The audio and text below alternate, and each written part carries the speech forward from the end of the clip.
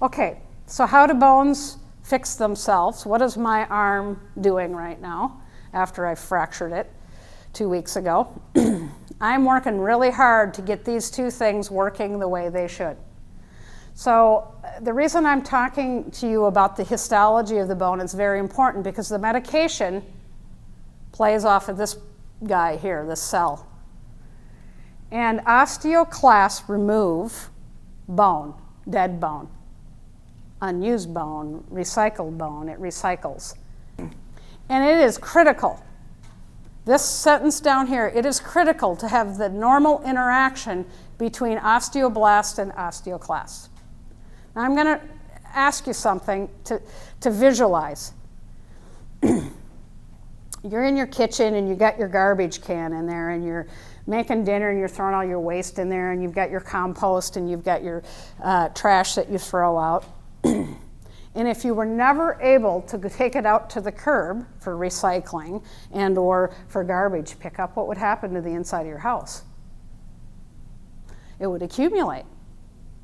Okay? So osteoclasts, if they're not functioning correctly, clear out the bad junk. It's like the garbage truck coming in and picking up the bad garbage that we don't want anymore.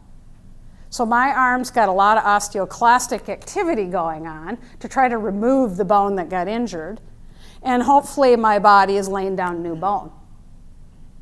That's how it works. And it's really important to understand that because the physiology of how this gets disrupted is based on these two cells, and they have to be in balance to be able to work correctly to create strong bone. Okay?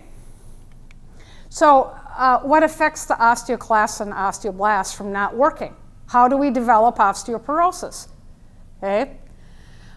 We have lots of things. Our genes can be involved. I know people that have severe osteoporosis and have a decent lifestyle. We have environment. We have alcohol consumption. We have calcium and mineral intake that can be low. Diet, lack of exercise, hormonal balance. So one thing I didn't put on here is digestion and lack of your ability to absorb and digest nutrients.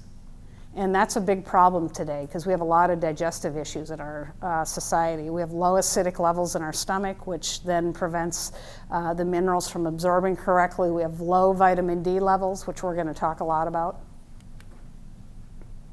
So, as I said, nutritional status, phosphorus intake, smoking, toxins, vitamin D, and stress. Well, how does stress affect your bones? What are the things that also cause the risk for osteoporosis? As I said earlier, this is a pet peeve of mine.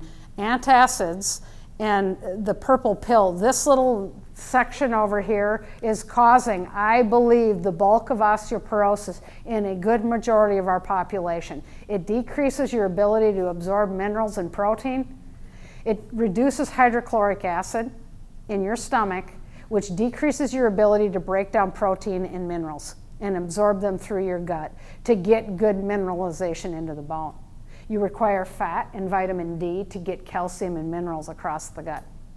And by having these things inside your system, reducing how your digestive tract functions, you're going to have a reduction in a nutritional deficiency caused by the H2 blockers and antacids. We need acid to break down minerals. Minerals and protein are the hardest thing to break down and utilize for our system.